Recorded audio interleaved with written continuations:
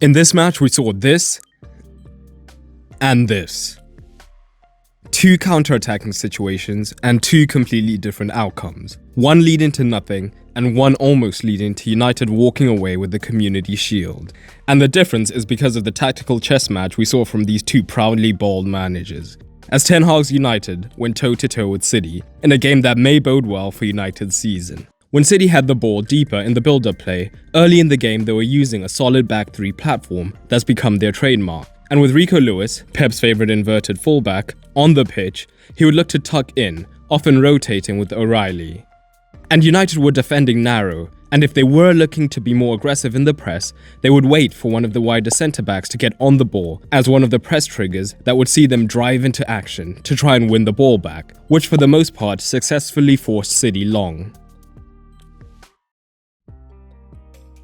So City were looking to shift their shape early, and with United feeling comfortable defending against these three, Ederson would push up to be the fourth man in the build-up, to make it much more difficult for the Reds to use that same pressing structure, because now it meant the wider centre-backs were in full-back positions, so if United continued to press man for man, it would create passing lanes for City.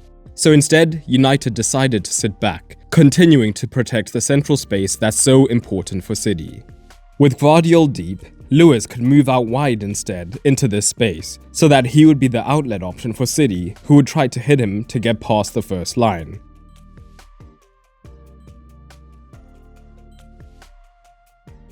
But Ederson's passing accuracy wasn't the best when looking to hit his wider men today, leading to turnovers when City were forced long, which was quite often today. But in open play is where things got interesting. United were having success defending in a narrow 4-2-4 that saw Ahmad and Rashford still high and narrow, with Fernandes and Mount central. It's a shape we've actually seen City struggle to break down, like we saw in last season's Champions League against Madrid, and Ten Hag replicating the same phenomenon in the FA Cup final as well. It's a shape that means the pivots, who are key to City getting through the centre, are covered up, while at the same time covering up the direct passing lanes into the men higher up in the half spaces.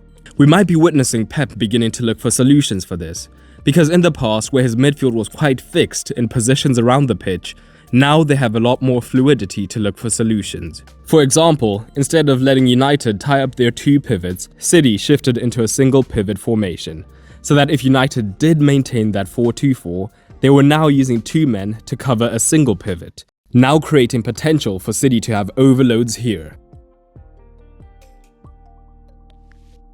The caveat is that this would only be effective for City if they could get past this United wall in the first place, who did a great job of ensuring the gaps were primarily too small to penetrate. But as we discussed in this prior video, reviewing how Pep morphed last season, he is perfectly aware that teams now prioritize preventing midfield entry at any cost, which is why he is continually looking for ways to make the Blues increasingly more dangerous on the flanks. And this is by having wingers who are happy to take on their fullbacks in 1-versus-1 situations. And down the right, in the case of Oscar Bob, it was looking to find him directly for isolations, and he had a lot of success, either taking on his man directly or combining with the half-space runner higher up the pitch.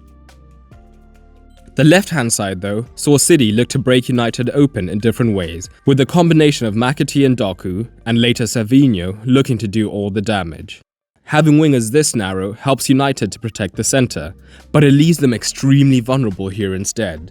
But going directly into the winger can have disadvantages, because if their back is to goal, they can be pressed deep before they can turn, leading to potentially disastrous consequences.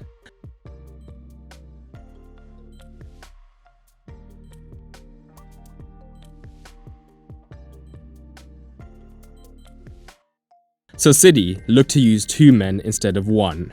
This could be through Doku staying high and pinning Dalot, meaning McAtee could receive him plenty of space and then drive forward, as the United midfielders were reluctant to come across because when they did, they left a City midfielder free here. We see that perfectly here as O'Reilly and McAtee on the left drag Mainu and Casemiro across to cover. All this then leaves Rico Lewis in space on the far side in the midfield. McAtee, if he was the first receiver, could drive forward and look to create a chance, or find Doku in a more controlled 1v1 to take on his man.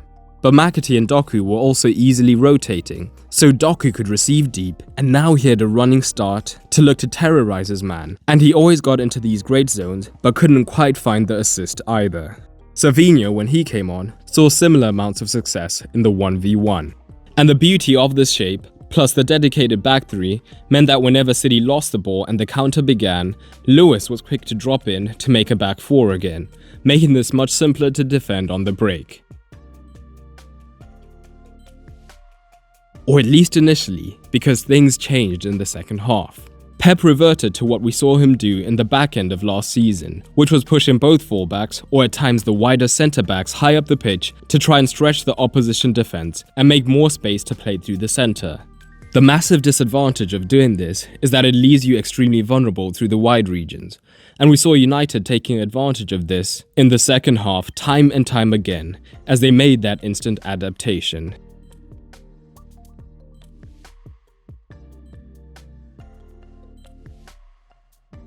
In prior seasons, where we have seen United be a danger against City, it has primarily just been a counter-attacking performance. What was promising in this match was what they did in possession too. United spent most of their time in possession in their own half, but that was for a specific reason. They were looking to set traps. Whenever City had a staggered press, with Haaland ready to press, and either McAtee or O'Reilly ready to back the press on United's rotating pivot, City looked fairly solid defensively, as United could be predictable in looking to find the pivot and then the wider centre-back, which was at times a successful escape route, but City began to read this play, attacking the pivot and wider centre-backs preemptively to press aggressively and try and win the ball back.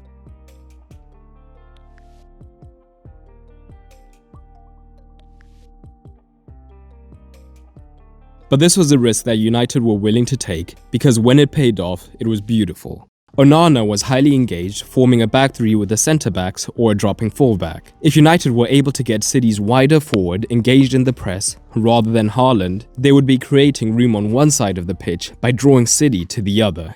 If they could then subsequently execute their passing game, all of a sudden they would be in these high potential goal-scoring situations, as we saw on multiple occasions.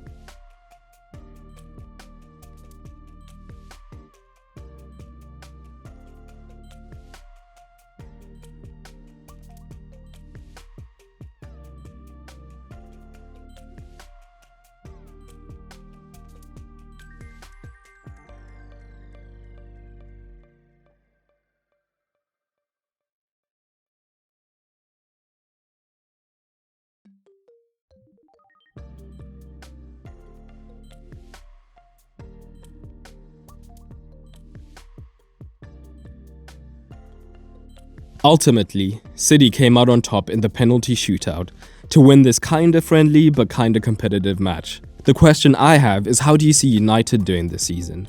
And did you see a massive difference between this version of United and last season's, or not? Drop it down below. And how do you see City getting on as well?